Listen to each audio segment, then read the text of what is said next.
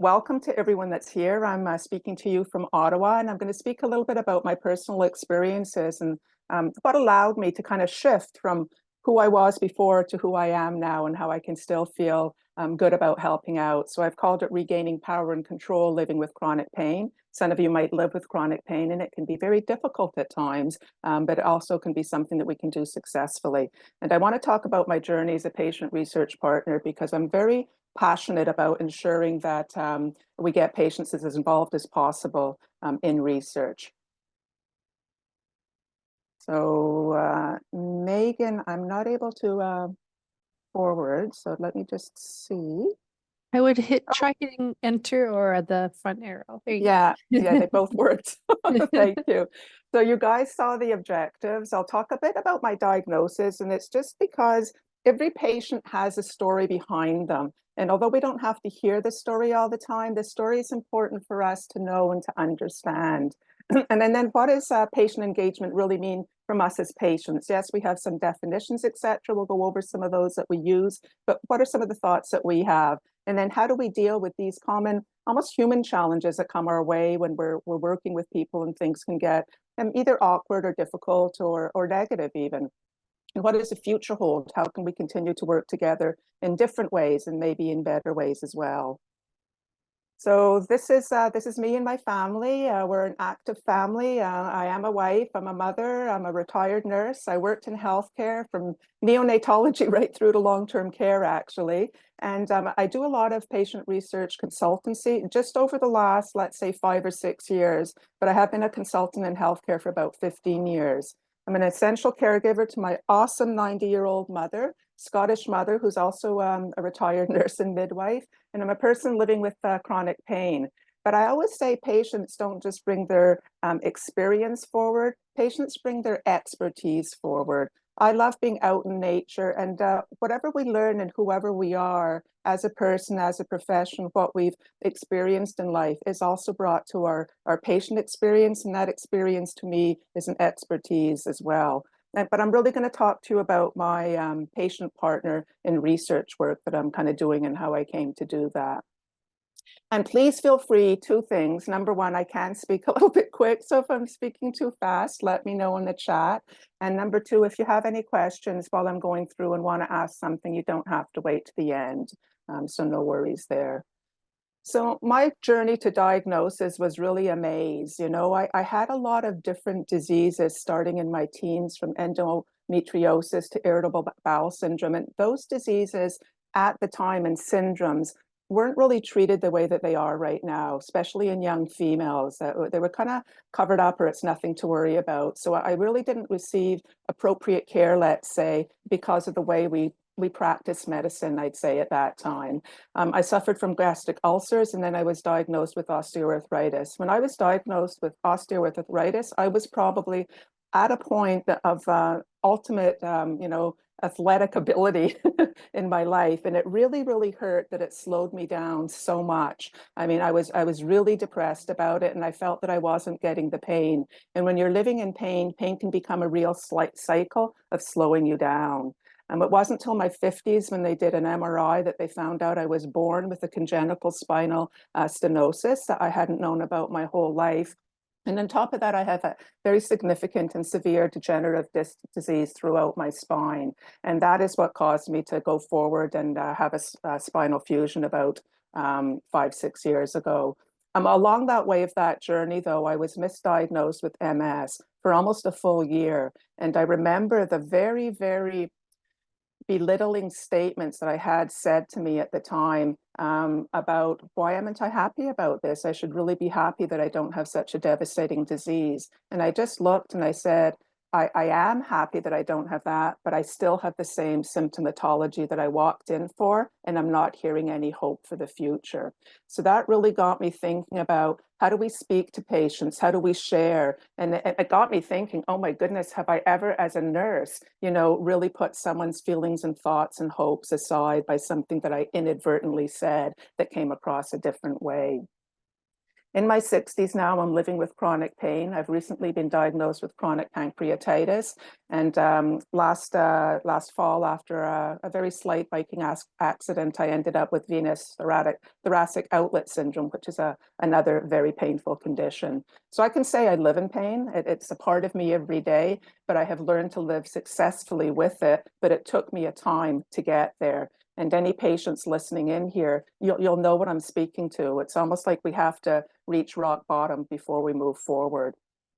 So honestly, what caused me to move forward was reaching rock bottom. And it wasn't in depression, it was in anger, and it was in frustration. It was in knowing that the system had to be better. I was part of the system in a different way before, and I was an active part in the system now as a patient. And I'm talking about the clinical system. That's where I really started my thoughts, in my clinical care.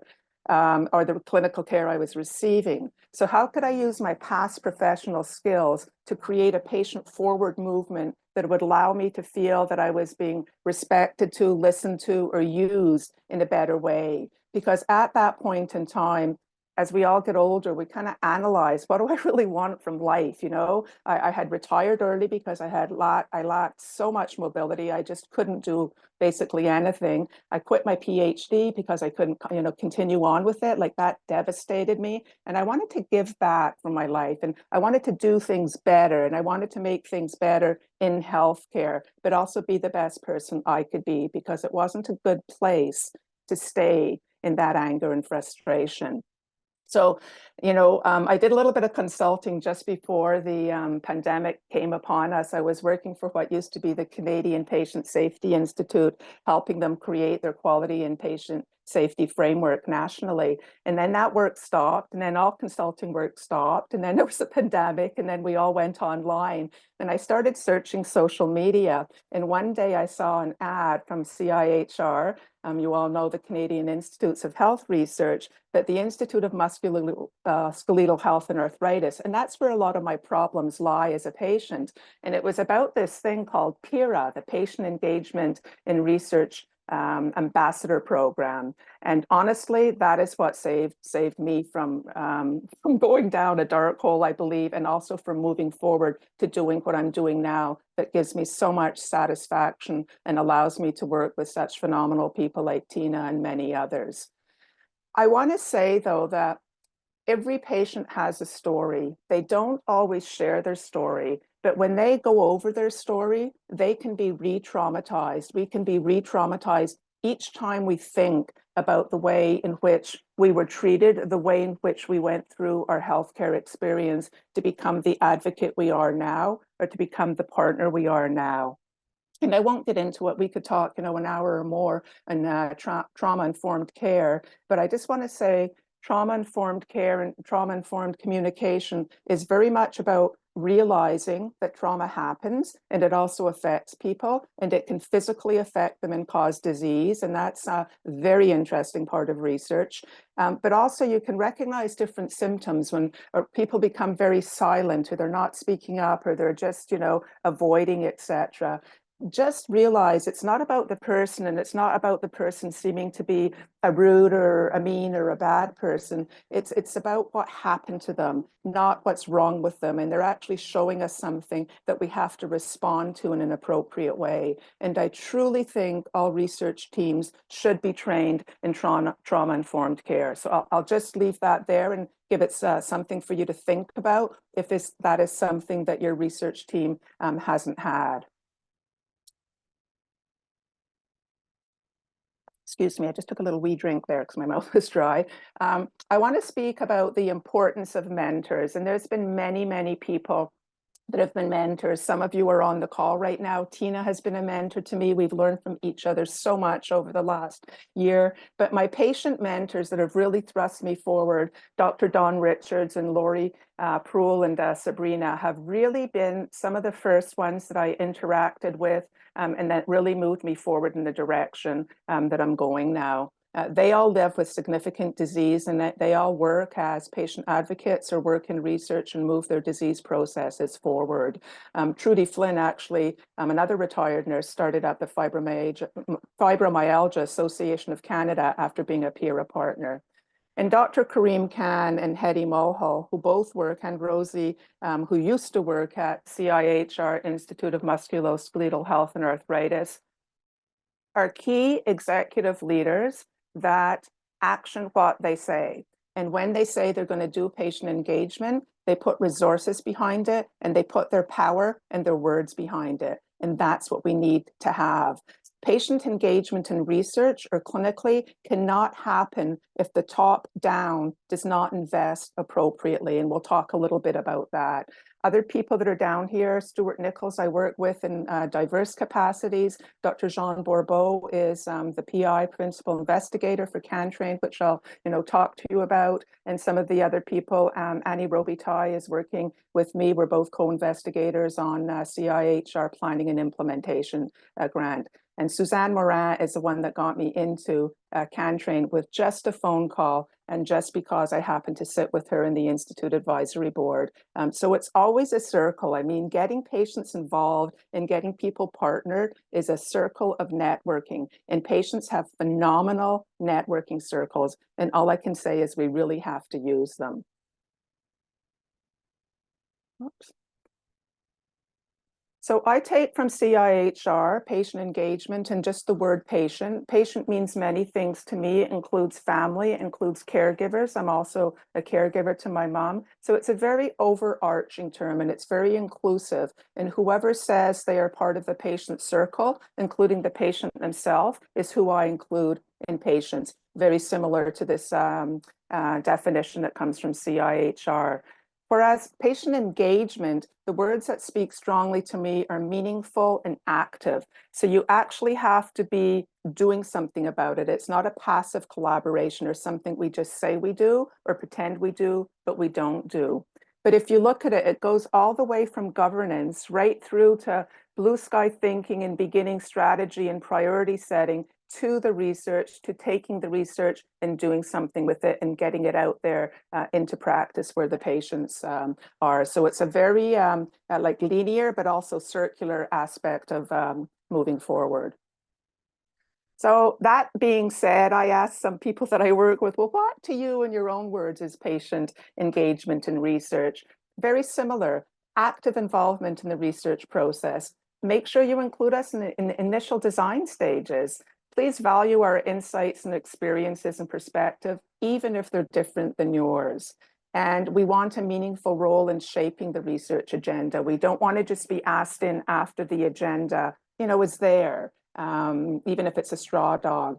And allow us to help with the outcomes or help in any way with data or any aspect of implementation. But throughout all of that, we're really asking, and as I am sure researchers and clinicians, we all value transparency, communication, and collaboration between each other all the time throughout the process. So those are just some words that came from people that I work with. Patients are involved in many things. The picture here shows a whole bunch of patients. So if you look from the left, I'm on the left, and then next to me is Maureen, and then Jennifer, and then Alex. All four of us are patients. Three of us come from three different CIHR-sponsored clinical trial training platforms. And then the lady second to the end on the right, Aika, she is both a health professional and a patient. There's two pharmaceutical reps in there that are very avid patient engagement and research partners with us. And the lady on the end is a physician in oncology who does a lot of work in patient engagement as well. And you can see plop in the middle is Andre Picard. And we were very pleased to have him on our panel when we had a conference in February for the clinical trial training platforms. But patients are involved in so many ways in clinical care, research, they do grant reviews, they provide education for health professionals and medical students, they do advocacy work, they set up disease associations, they do work in translation and implementation of knowledge as well. A lot of it is volunteer work, some of it's by honorarium and some of it's paid work, but there's such a reach of what they do. And what I'm focusing on today is the research part. And honest to goodness, I always thought I'd be more involved in the clinical part if something happened to me, not that you think about your future, but I seem to have gone into the kind of research perspective. So Tina spoke a little bit about aspects of, Linda will speak about her personal experience. So I just want to say that Patient Engagement and Research Ambassador Program is a phenomenal program that's now on its second cohort of people. But before it started, it had kind of a first cohort of a slightly different program before it became the ambassadors. These people are completely supported with honorariums. They meet on a regular basis. They set their own agenda. They prioritize their work. They're completely supported by the infrastructure of MHA. And I work with many of them in many different projects. And actually, some of them are involved in CanTrain and some of the other research work that's going on. So if you don't know about the Patient Engagement and Research Ambassador Program, please do look it up and make contact. Don Richards is the one that is the team lead of the people moving forward. And they every second year, they have a rotating cycle of people joining and leaving. And the people that leave are called ambassadors. So I won't talk too much more about that, except to say right now they are putting on bi-monthly webinars. The first one happened about a month ago. The second one's going to be in early May. They're always well advertised in social media, and they also always have over 100 people at the webinars. They're free. You sign on. They're for researchers, clinicians, and patient partners. We created the 4 different bilingual patient engagement and research modules, 30 minutes each, when our cohort was going through the PIRA program. So we were very, very pleased and proud of that. When we were working as doing that, we also put on a conference that some of you might have attended last year, and it was the 4 patient by patient conference, and that was PXP. And that was an international strategic group of planners, all patients, supported again by CIHR through MHA, that put on an international conference that had over 300 people attending on a daily basis. And from that conference, we had many, many people sign up as a PHP Hub members. So if you actually put into a Google search PXP Hub, for patients by patients, you don't have to put that part, but that's what the PXP means.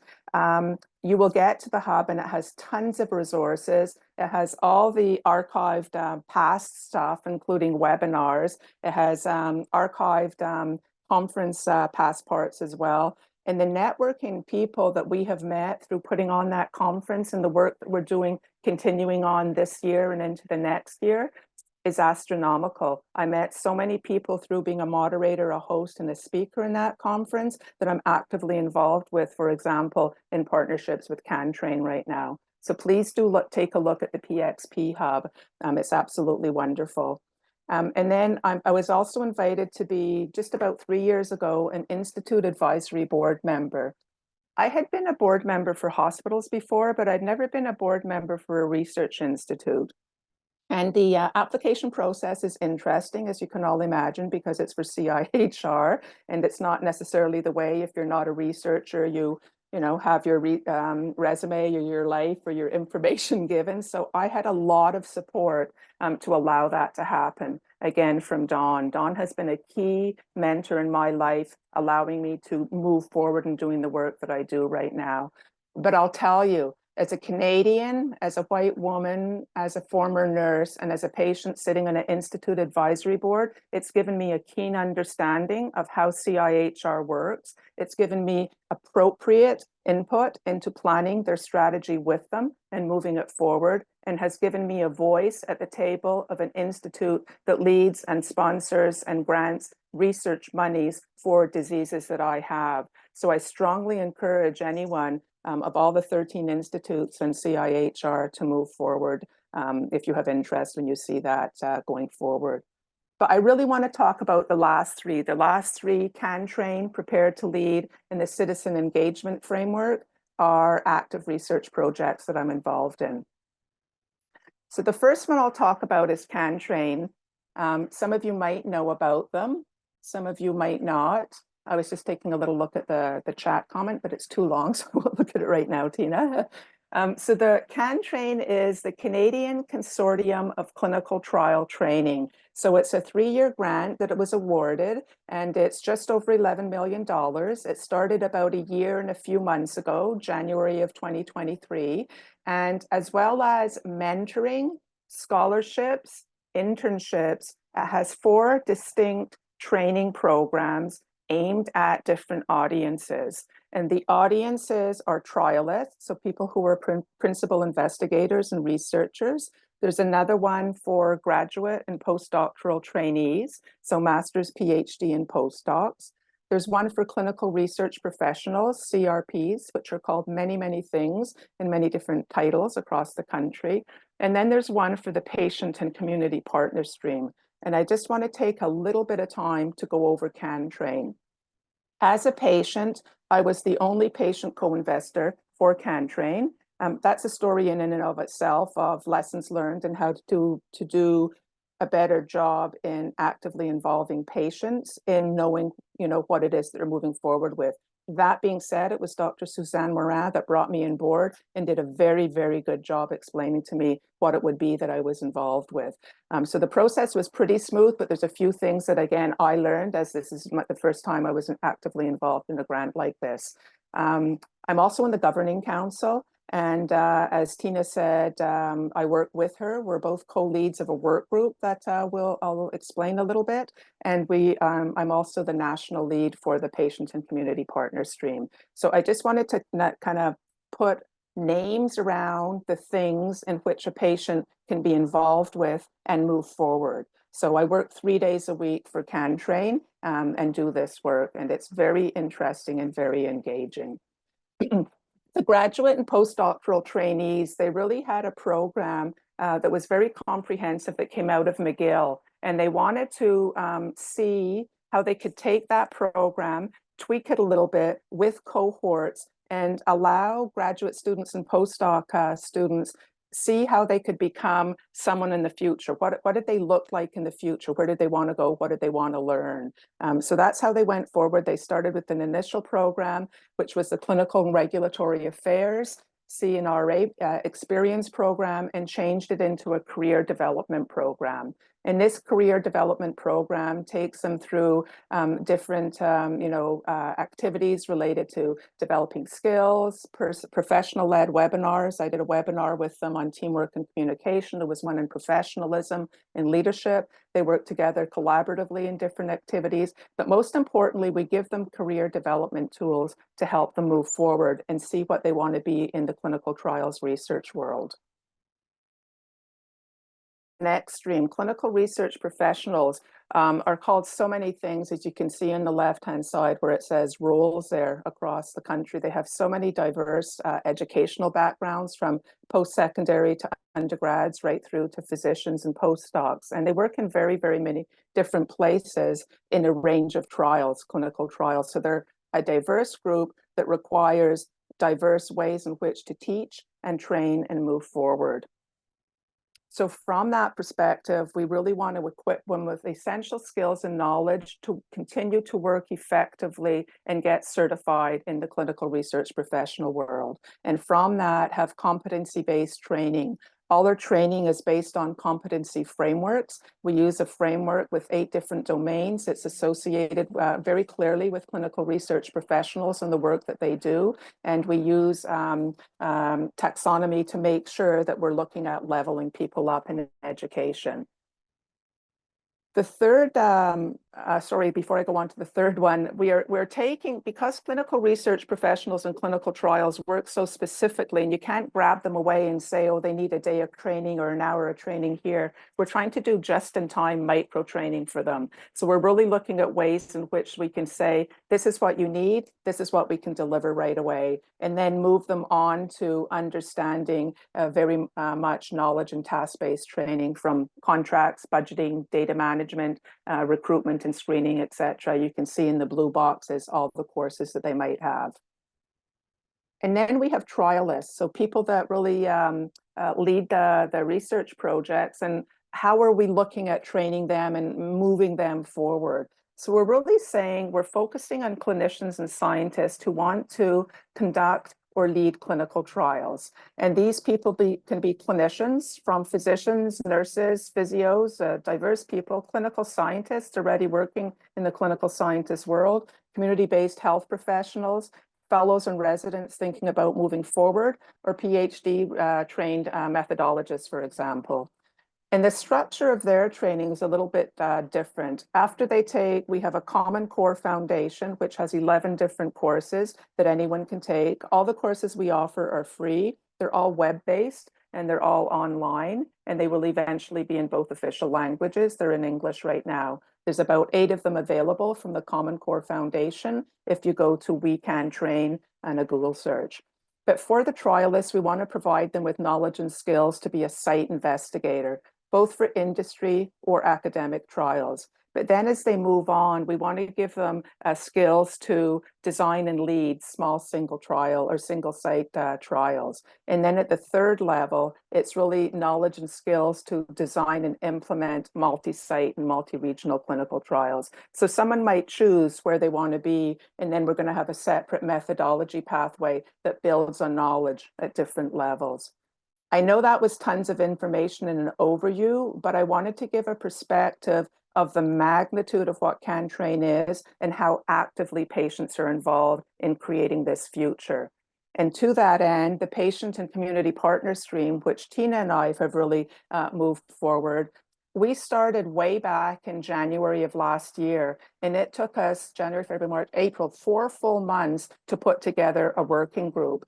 And our working group consists of 8 patient and family partners, as well as 8 academics, trialists, clinical scientists, people. So together we work and we co-lead with a patient partner and a research partner. Tina's a research partner, I'm the patient partner. That's how we got to know each other. And my goodness, do we work well together and just moving things forward. We think the same way and we have a wonderful team of people.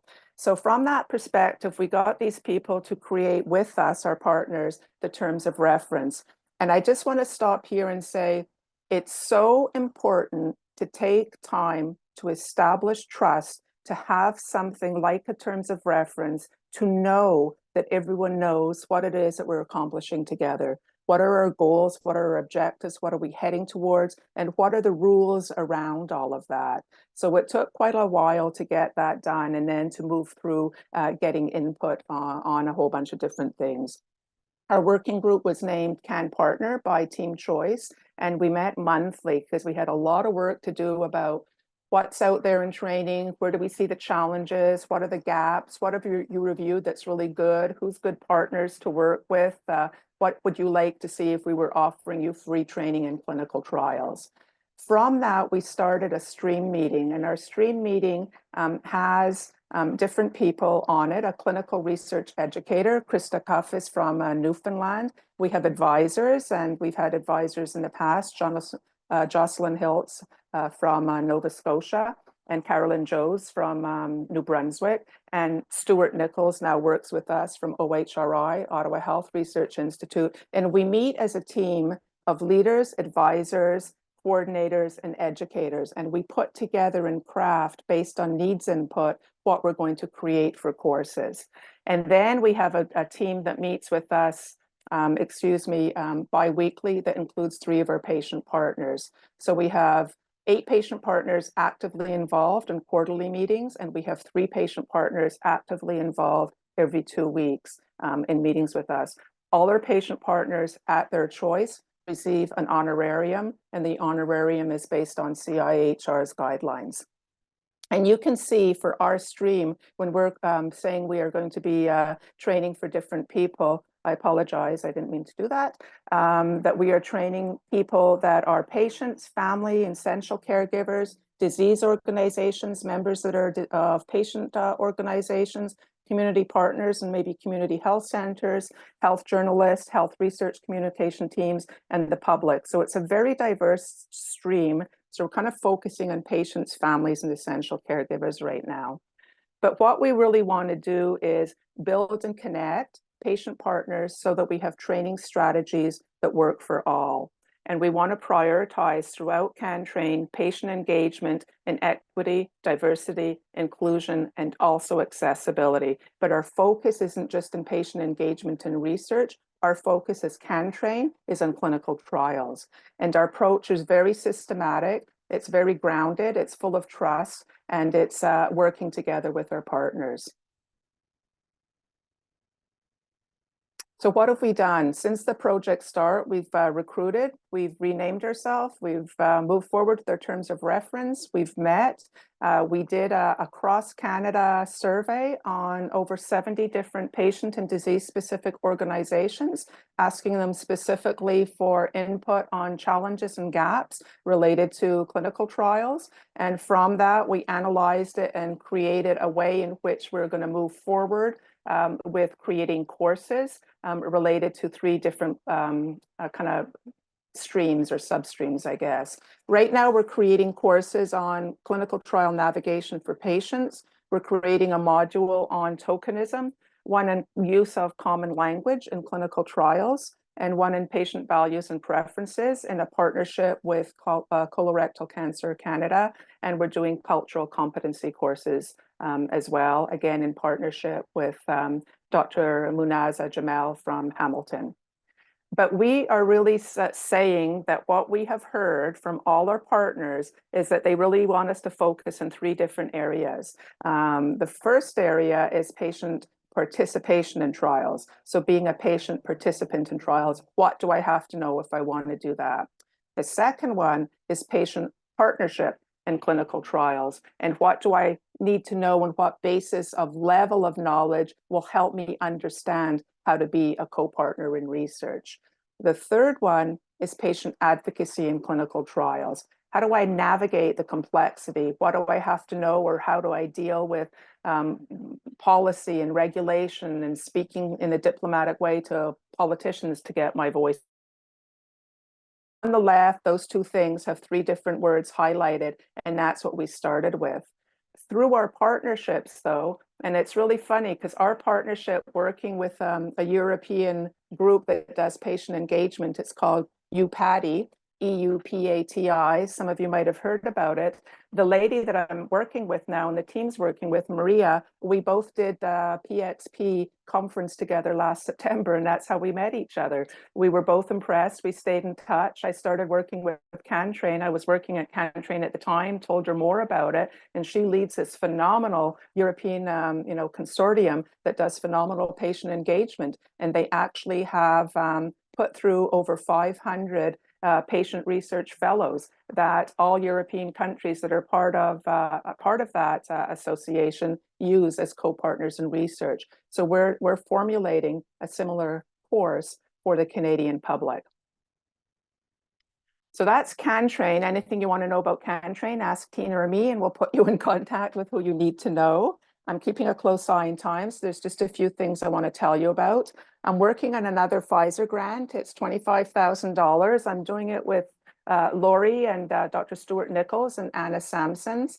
Anna, myself, and Lori are all patient partners, and their goals are to create a community of practice and provide training and get a second cohort built in a first cohort of training patient partners in research and patient engagement. And then from that, provide mentorship to them. And the mentors are all patient partners mentoring patient partners. And the courses that we're looking forward to preparing and taking from elsewhere, as you can see, a lot of these courses, and Tina will realize, are courses that we're already developing for CanTrain. So I can see maybe even another partnership with some of the Pfizer output of this grant with courses that we're looking at giving for patients. So the Prepare to Lead is carrying on. We've just started the mentorship part, and we're all been paired with one person. We'll be mentoring them through to October. So that's really exciting work that we're pleased to do. This is my lovely Mumsy. She's a Scottish lady. She's 90 years old. She lives with dementia. She has lost her ability to talk and communicate. She's a very happy lady. But I'll tell you, living in long-term care for 3 years, while she gets phenomenal care at the Pearly Health Organization, it's very hard to engage people living with end-stage dementia in activities that are fulfilling to their quality of life. And it's even harder to engage them in research that might be used to make them have a better quality of life. And this was a conundrum that I really, was saying, like, how do we do this? And I brought it up at a panel that I was on. And from that panel, the Center of Excellence in Frailty Informed Care, run by Dr. Annie Robitaille and Danny Sinden, put together a grant for a planning and dissemination grant through CIHR to ensure that citizen engagement is intentional, authentic, and meaningful. And by addressing the unique needs of residents and their family, like my mom and I, in the context of research projects within the long-term care home sector. So that's what we're doing right now. We started last year. You can see other people in the team. Heather McLeod is on the team, as well as Ben Robert. He's the medical director at Pearly Health. And this is exciting to me because it's personal. The idea started from a little flame that got bigger. And this is the idea to get people to realize in research, if someone says something, let's fit it into your prerogative of what you're thinking about too, and putting it forward together. So we're meeting for our Planning and Dissemination Grant Day on the 29th. And if you're involved in dementia care or have a loved one living with dementia and are interested in helping us create a framework, please do reach out to me and I'll put you in touch with the proper people to be part of that. It is in Ottawa, though. So all that to say, I want to finish off on power and vulnerability and how you can help. There's a lot of power in healthcare relationships. There's a lot of power in research, team relationships. And that addresses a lot of control, influence, and who makes the ultimate decision. However, patients don't use the power. They don't usually hold the power. If they have some power, they do use it, but they don't usually hold the power to be able to make, especially decisions. So we have to understand and appreciate that, and we have to work towards an equal tone that allows for that trust, because trust is really the end point of all this. And we're trying to stop tokenism, exploitation, marginalization, all the bad things from happening so that we can work in an equitable way. Because of that power imbalance and the emotional vulnerability, related to trauma, tokenism, which I said happens in many different ways. Compensation and finance has been tricky. Who's included, who's not, how do you get to people? And ethical concerns when research projects are run and you maybe don't agree completely with values of how things are going forward, those create vulnerability. In order to correct the vulnerability, we have to really commit to genuine partnership. It has to be an equal partnership. We have to be open. We have to have hard conversations and we have to raise them. And people have to feel comfortable to bring those hard conversations together. And there has to be equitable compensation and recognition from all members of the team. And that will mean different things to different members. A big thing I think that surprises some people in research perhaps is the ongoing support and training needed for different partners. I'll just end by saying we need a commitment to EDIA, and the accessibility part is the part that I find is sometimes more lost in everything when we're talking about EDI practices. So what can you do? Support us and understand that we live with pain, we live with fatigue, we need different meeting times. Please create a safe space so we can speak up. Trust is necessary. I know that I can go to Tina for anything and she'll listen to me. And I think she knows likewise too.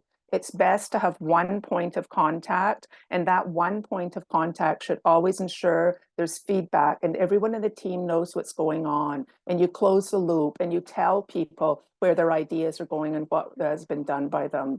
None of this will work successfully if there's not executive support. And if the executive team supporting the endeavor doesn't fully understand what patient engagement means, that's where we have to start. We have to start with sharing and training and helping people understand that. And I will tell you, the CanTrain experience has been a year of shaping and helping and supporting and training so that we're a stronger team today than we were a year ago. Help us understand who's in the team. Help others understand when they don't understand what different people do. And listen to understand, not to respond. That's a big part of what I gave to the students in PhD. We're always thinking about what our answer is going to be. We have to slow down. I don't know if you do, but please try always have a patient co-presenter when you're speaking about the research. It's very, very powerful, and it's also the right thing to do if they've been involved in it. And please continue to introduce us to each other. We have a very strong network, and that's the way that we can get different people together, partnering in different ways. So my hope for the future is that one day every clinical trial has a patient co-primary investigator. Budgeting for research is always a line in it for patient engagement. All patients feel supported in research, whether they're a participant or partners. I think we're doing very well with participants. I think we have to do a bit better with partnership. I think we should teach about patient engagement at the undergraduate and graduate level in all health disciplines. I put together a 6-hour course last year for the University of Ottawa as part of a 12-week course on patient engagement and research. And Don Richards was my guest on that. And we put together some very powerful messages for executive MHA, Masters of Health Administration students. I think that's things that other universities can do. I also think, and I look forward to better aligning patient engagement and research. I feel we're kind of all going forward in our different ways, and there's so much that I see that crosses the boards here. When I worked as a clinician and as a healthcare executive, I did a lot of work in patient engagement clinically. Now I'm learning over the last 6 years about patient engagement and research. There's so many foundational templates of sameness in those two areas. I think we have to bring them together a little bit. And I really believe that strategic ideas and planning, strategic planning, has to be led by patient input and guidance. And I hope that is where we end up in the future.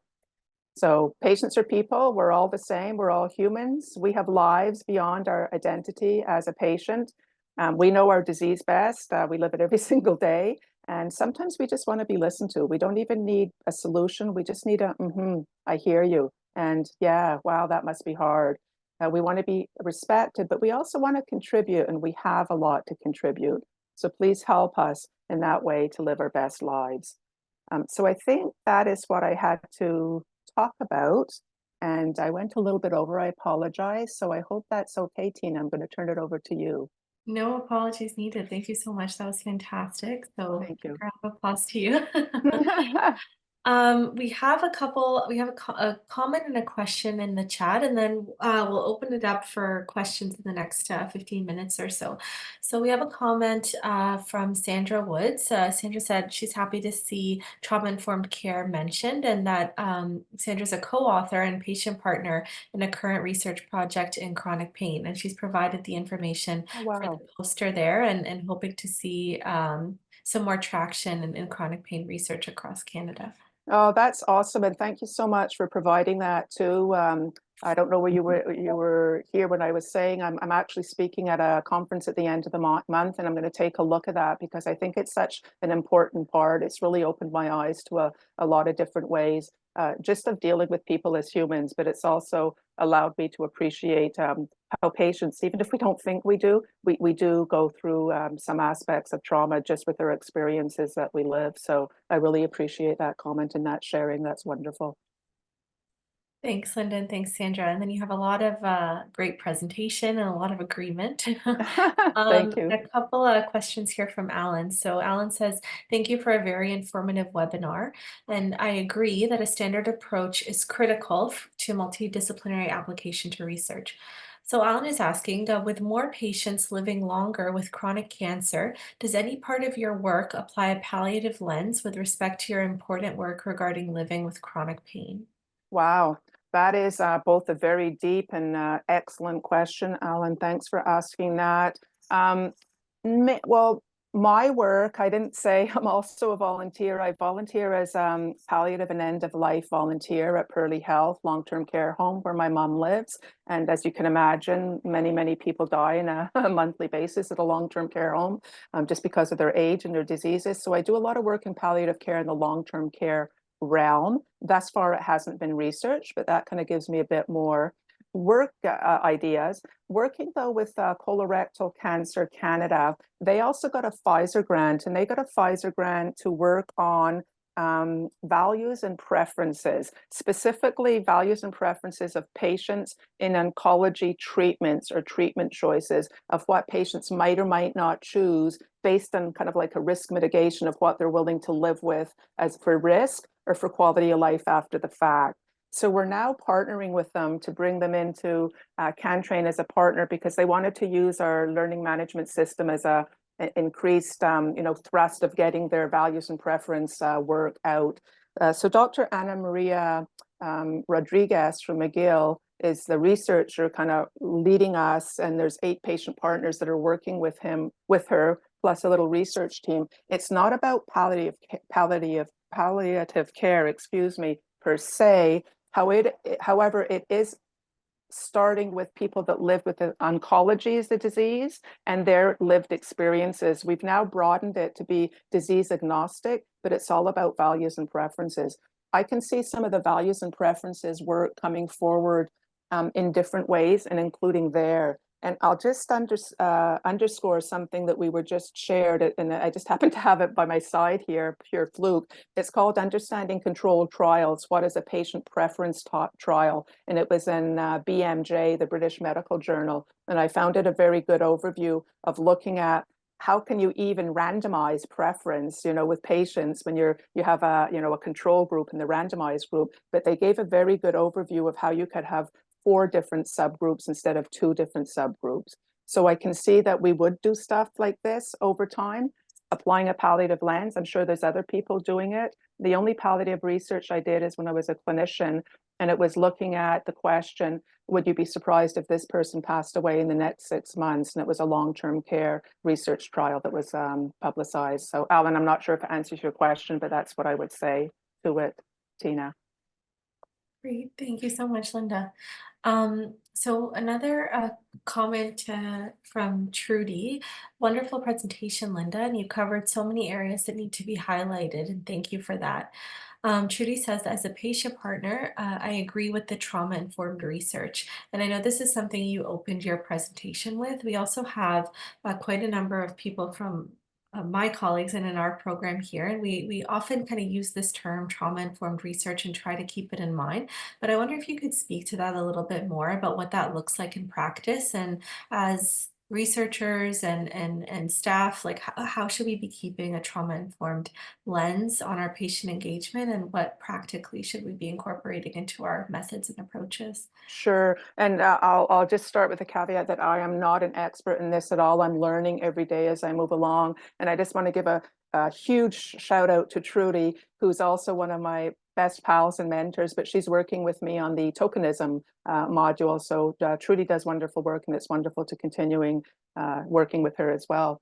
When I worked in Halliburton Health Services, which was a rural entity, and I was like the clinical leader at a VP level, one of the physicians there was talking about one of the patients, and from that did a whole service of trauma and physical illnesses that come from trauma in your past. And I found it so interesting, the research that's been done, and people that have been emotionally traumatized, have been abused, whether it's emotional, physical, or sexual, in their youth or in their young years, etc. A whole bunch of traumatic incidents. Your house burned down and you saw it, someone, like terrible things. Someone shot someone and someone young saw it. Those can lead to physical manifestations of disease. So that's when I became interested in what this trauma-informed aspect was about, because they were talking about it from the perspective of, it's very hard for those people as patients to speak out, or number one, they can't even link it because they don't know about the science that links it to their past.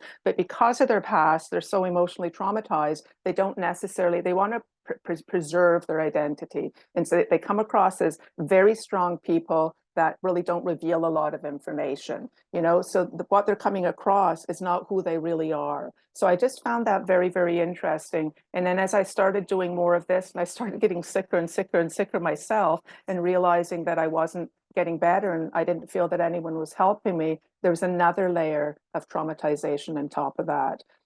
So, neither here nor there, but I come from a family that and was raised with an alcoholic father. I had no idea that can cause, percentage-wise, an association with people that live with chronic pain later on in life. So I don't understand all the science behind it because I haven't looked into it. But then the trauma of being a patient, you try to preserve your identity, right? So if you're really, really sick and having a really bad pain day, and you go into your doctor and you look really, really good, they'll say, oh, you look great. You're not, how can you be sick if you look so great? Did you get time, to actually do that? And you had the energy to do that.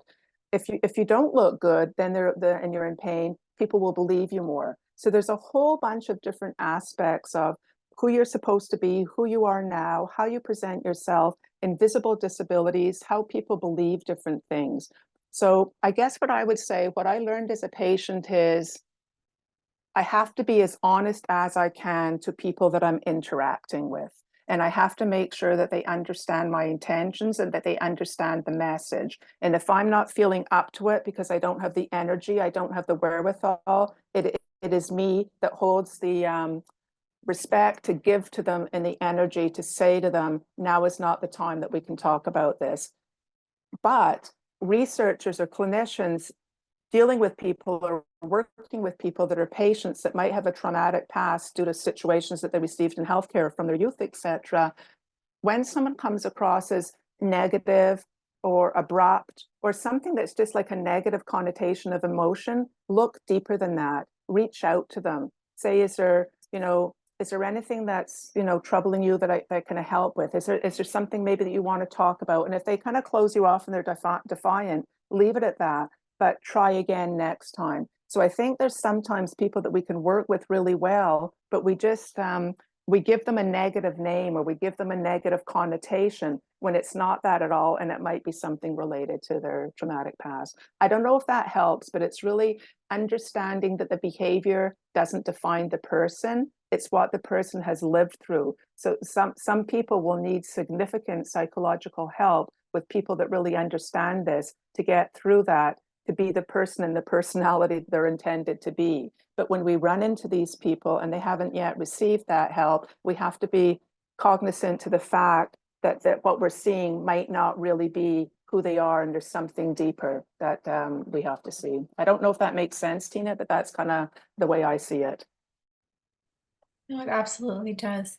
We have about 5 minutes, so maybe time for one more quick question, and then we'll wrap up. So I think I see one more question from Alan. Um, Alan says, with clinical trials being one of the main ways to engage patients and move the research forward, I would argue that the recruitment and design aspects must innovate to attract more patient engagement. And with so many hurdles in the way of patients with chronic pain traveling to a research center, are there plans to incorporate decentralized recruitment design in future trials? Mm-hmm. Yeah, beautiful question. And Alan, I'd say the simple answer is yes. So many people are asking for, well, decentralized REBs, research ethic boards, decentralized trials for sure, equity practices relating to marginalized population or populations that are far that can't come in and it costs some money to come in, et cetera, et cetera. So I think we have a lot of partners, both in the research world and the patient world, asking for the same thing. I think the machinery of politics and government and organizations is sometimes slower than our wishes for movement forward. However, I would say that I believe that there are people there looking at that. I also want to talk a little bit about the recruitment and design aspects. Some of the work we're doing with Dr. Munaz, Jamel, Christy Cuff, and myself, we're looking at new immigrants to Canada and what are the challenges and barriers they face in language and tone and voice and approaching them on their own grounds, in trust and medical history backgrounds of medical research that has not depicted anyone in an appropriate way. So I think the whole recruitment aspect and who we have and how that is based on a better equal model is one part of it, and going to where people are at is part of that as well. And I think clinical trials, it's also going to where people are at.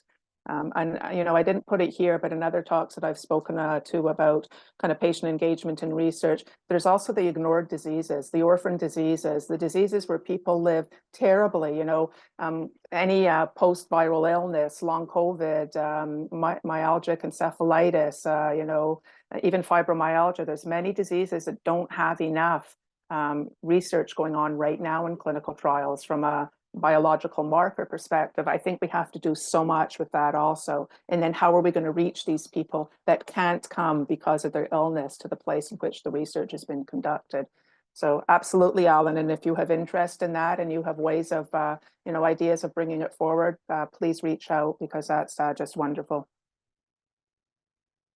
Fantastic. So thank you so much, Linda, for being with us today. It Welcome. was super informative. Another thing, more thanks in the chat for sharing your personal experience, for the informative presentation, and for all the kind of tips and things to keep in mind. I know for our team, we can definitely compile those and just kind of keep them as a reference that we come back to with all of our patient engagement work. So thank you so much. You're welcome.